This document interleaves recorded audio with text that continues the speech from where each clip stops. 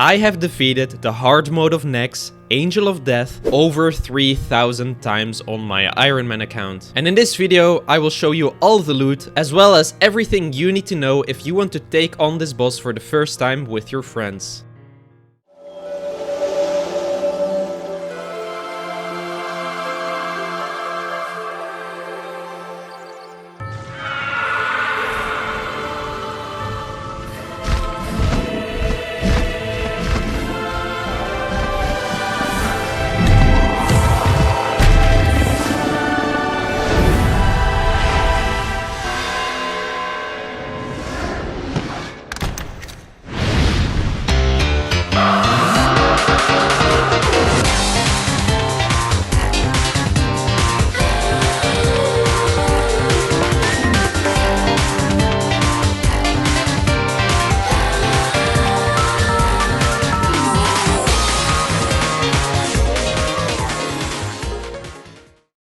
Let's talk about all of the essentials that you will need to know if you are interested in doing this immensely profitable boss. Please drop a like on the video and subscribe if you haven't already and you want to support this kind of high effort RuneScape 3 content. We are so close to 10,000 subscribers and it would be an amazing way to end the year if we hit this goal. Let's talk about the team sizes for AOD, because there are a few things that you should be aware of in order to pick the correct team size. AOD is an instanced boss and up to 50 people can join the boss arena. Because AOD doesn't scale, that means that it makes the boss fight a lot easier if you take this many people. However, because of how the drop mechanics work, you really don't want to take such a big team, unless it is just to have some fun. This is how the drops work. Up to 7 players will receive a drop with a chance of a rare drop, such as Appraisal Codex or Appraisal Weapon. And if you go with bigger team sizes, an additional 3 players can roll on a smaller drop table. These drops are pretty bad though, so typically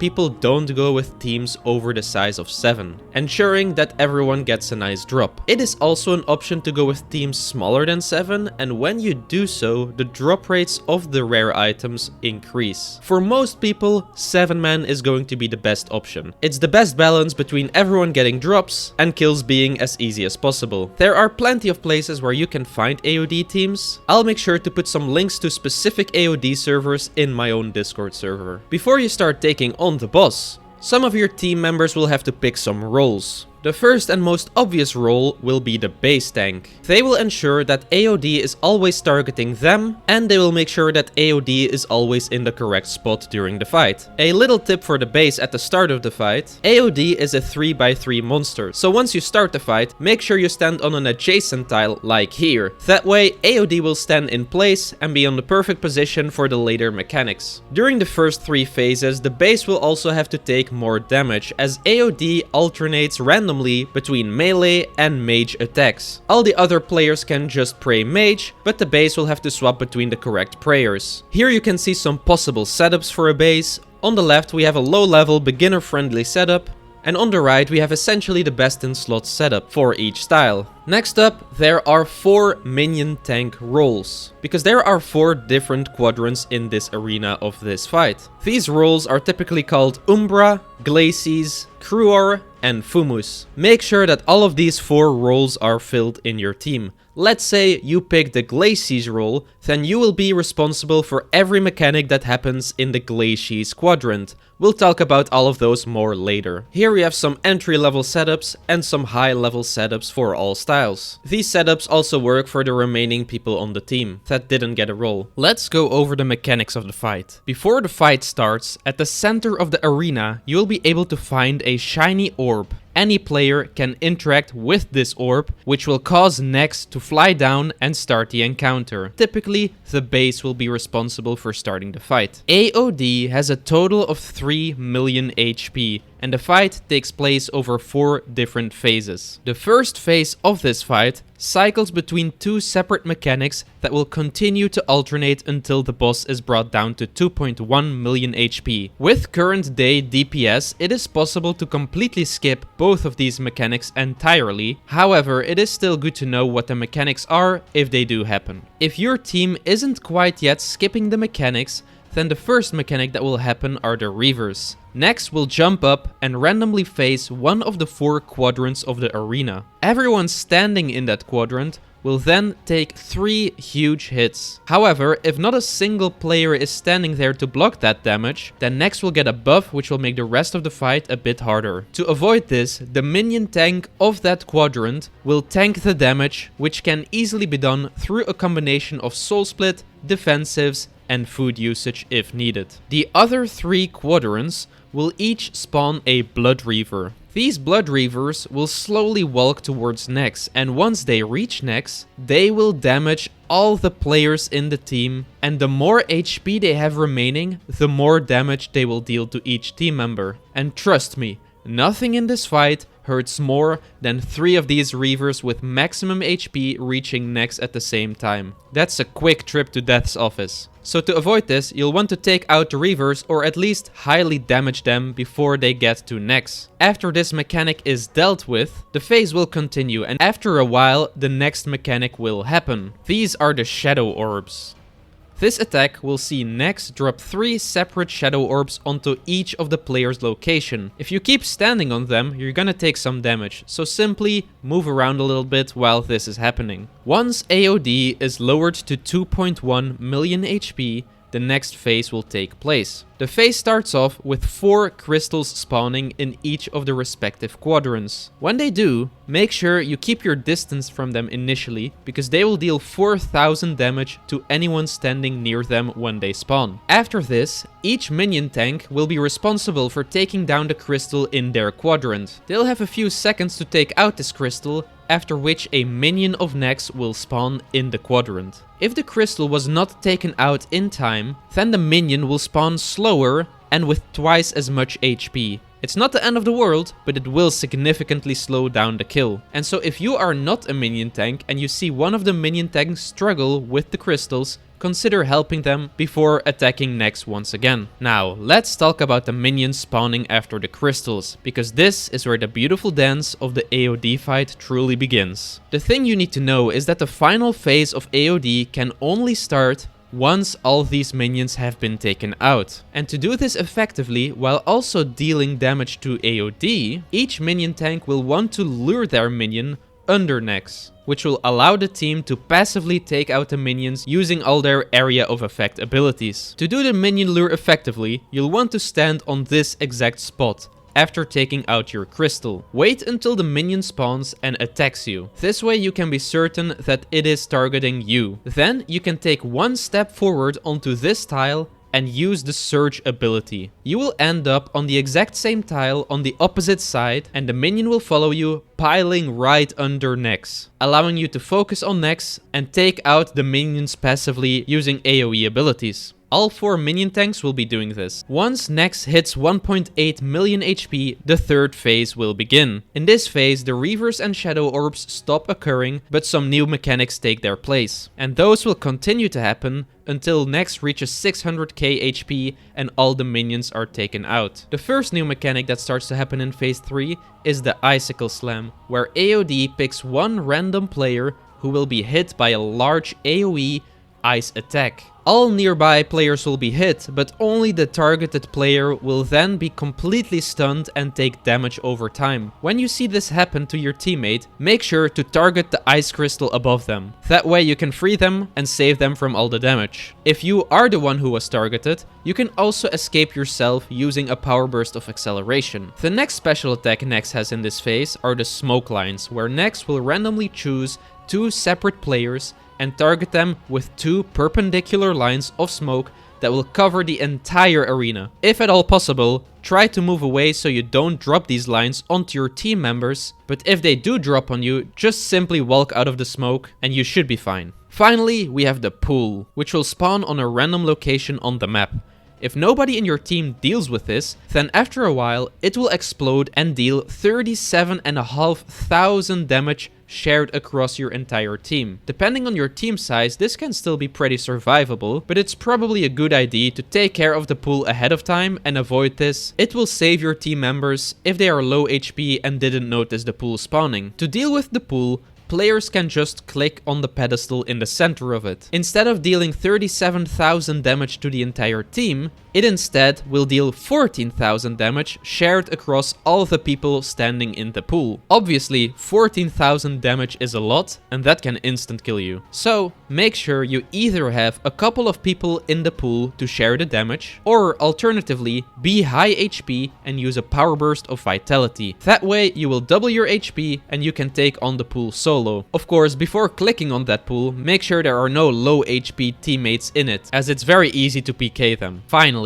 we hit phase 4, when the minions are down and AOD has reached 600,000 HP. At that point in the fight, the 4 pillars in the corner of the arena will activate and result in 4 special attacks being active throughout the rest of the phase. The team must take out each pillar before they are able to finish off next. However, only 1 pillar can be damaged at a time, and the order in which they become damageable will be determined by the order in which the minions died in earlier phases. Let's say your team took out Kruor first, then Fumus, then Glacies, and finally Umbra. In this scenario, your team would have to take out the pillars in this order as well. Additionally, each pillar has a special attack that will continue to plague the players until that pillar is destroyed. So it is important to know what special attacks can take place based on which pillars are active. While the smoke pillar is still active, it can drain your prayer and poison you occasionally.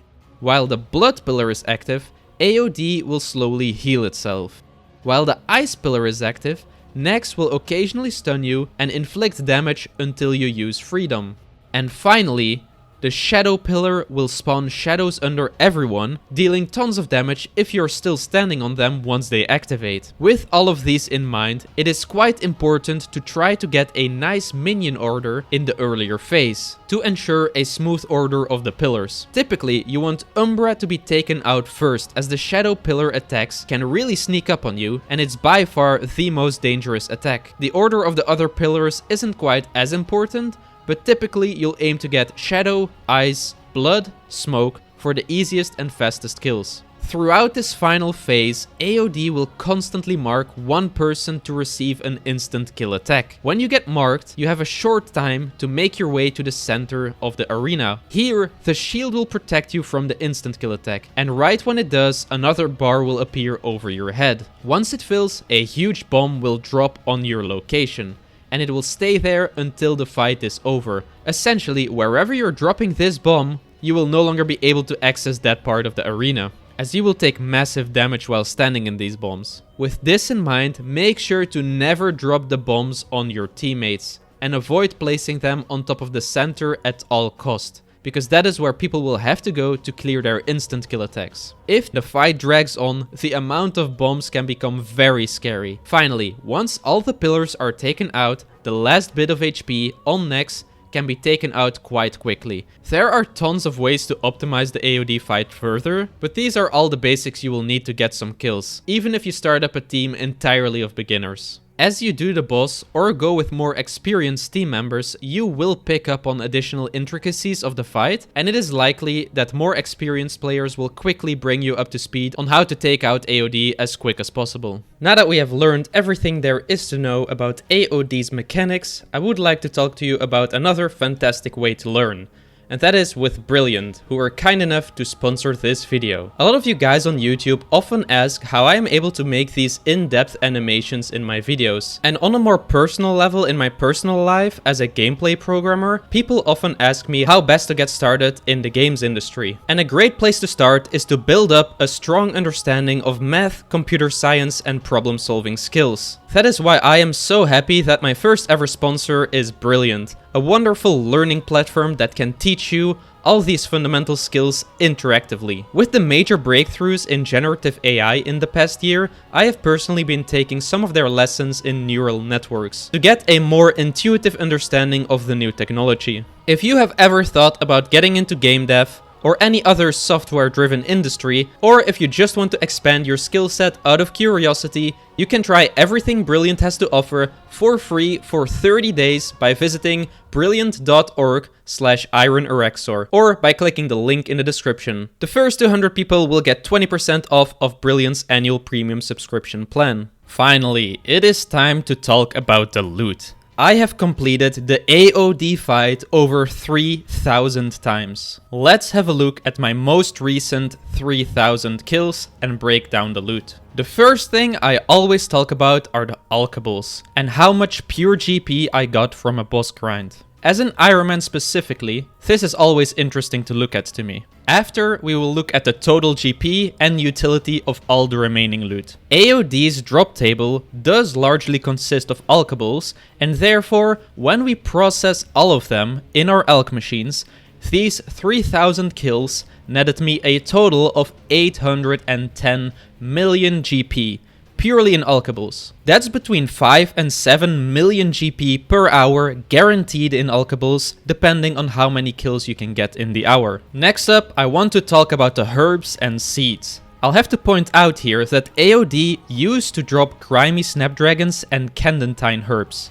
However, last year, along with the Garden of Carit update, they changed every single boss's drop table and swapped out herb drops with their respective seeds. Because I actually did most of my KC before these changes were made, in total I was able to get 17,300 snapdragons and 16,800 candentine herbs. And because I did some of my kills after the update, I did also get about 200 of each of these in seeds. If I had done all of my kills after the update, I would likely end up around somewhere between 2,000 and 3,000 of both of these seeds instead. And if I then farmed those, I would probably end up with a similar amount of herbs, but of course it would take a ton more time to do so. We also stacked up a total of 3,000 crystal keys from this boss. I've been stacking these up for years from many different bosses, and I am actually closing in on 50,000 of these things. Let me know if you want to see a big crystal key opening video.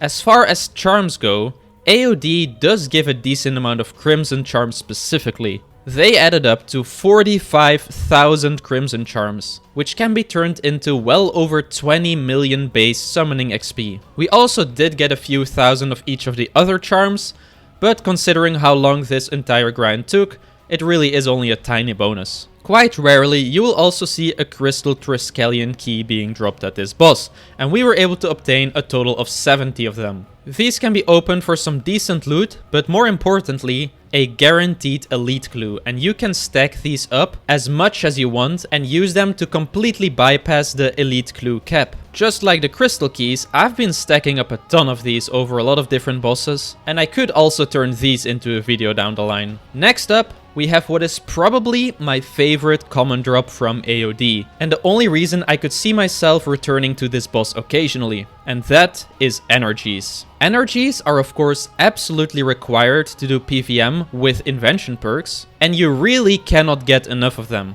Currently there is only 2 bosses in the game that actually drop energies, and those are Telos and AOD, so it is definitely nice to stock up on them when you're doing one of these bosses. In the 3000 KC, I have obtained a total of 190,000 luminous energy and 402,000 incandescent energy, which I will be able to turn into over 2,300 divine charges. And finally, there are a few more nice skilling supplies that we get here, being 5,000 Bainite spirits for AFK mining, 9,000 Dragonstones, which can be cut for over 1.2 million crafting XP, and even more if you turn them into necklaces for porters. And then we also got an insane 200,000 magic logs, which can be fletched for over 19 million fletching XP, or burned for 60 million fire making XP. That's kind of crazy, but doing so would be kinda slow, and both of those skills do have better methods, so instead I've had my disassemble machines filled up with these logs for as long as I can remember, as they essentially provide me with all the simple parts I will ever need for invention charges. So that is all the commons covered.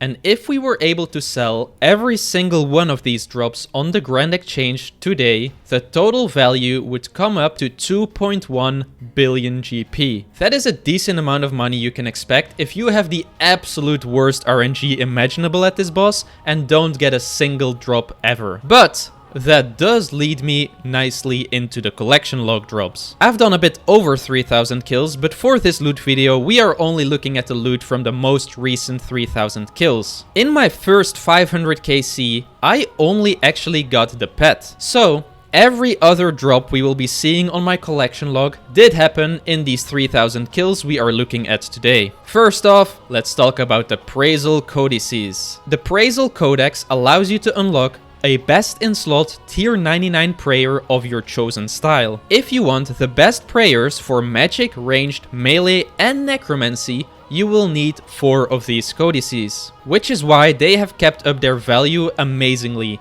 even throughout all of these years of AOD becoming easier and easier. On the day of recording, these bad boys are coming in at 900 million GP per codex. And in my 3000 kills, I was able to snag 12 codexes, which totaled 10.8 billion GP and made up for the largest chunk of value of this entire video. However, this is not the only big value drop on this collection log, as next AOD also drops tier 92 magic weapons, being the Praisal Wand and the Imperium Core. These weapons are probably the rarest best in slot weapons in the game right now, coming in at a 1 in 1,000 drop rate for a weapon drop here, or 1 in 2,000 for a specific weapon. With these insanely rare drop rates, we can only expect to get about 3 weapons on average in our KC, so let's have a look at what we got. We got not only 1, but 2 Imperium Cores, and in our final couple kills, we actually clutched out a wand as well, allowing us to finish up the Praisal weapon set. These weapons added another 3 billion GP to our total value. And finally, we can see that there are 4 more drops on the collection log, and those are the AOD chests. There is 1 chest for each of the AOD quadrants, and they can be used to unlock the AOD minion outfits for your character, allowing you to look exactly like either Cruor, Glacies, Umbra or Fumus, depending on which chest you unlocked. These used to be the ultimate rare cosmetic unlocks from PVM, coming in at an absolutely baffling 1 in 20,000 drop rate for a specific chest, or 1 in 5,000 for any chest. Because these used to be so rare, AOD's collection log is a little bit unique in how the titles work. As you might know, when you get every single item on a boss's collection log, you get a title as a reward. However, because these chests were so ridiculously rare, you only needed a single one to get the Praisal title, with a special golden title being rewarded for those who went the extra mile and got all 4 chests. Those drop rates were recently changed though, and they are now 1 in 1,000 for a single chest, making them much more common. As I did most of my KC before this change, I only picked up a single chest, the Shadow Chest. This is all I wanted though, and it was enough to get the AOD title, which I am very happy with. You might have already been spoiled by the fact that I got this chest though, because I have been using part of the Umbra outfit unlocked from this chest in my RuneScape in every single video I have ever made. All of this loot from 3000 AOD combined to a total of 16.3 billion GP. That is halfway to a party hat right there. An absolutely huge amount of GP to get from a single boss. That means that over all of this time, I averaged about 5.4 million GP per kill at this boss,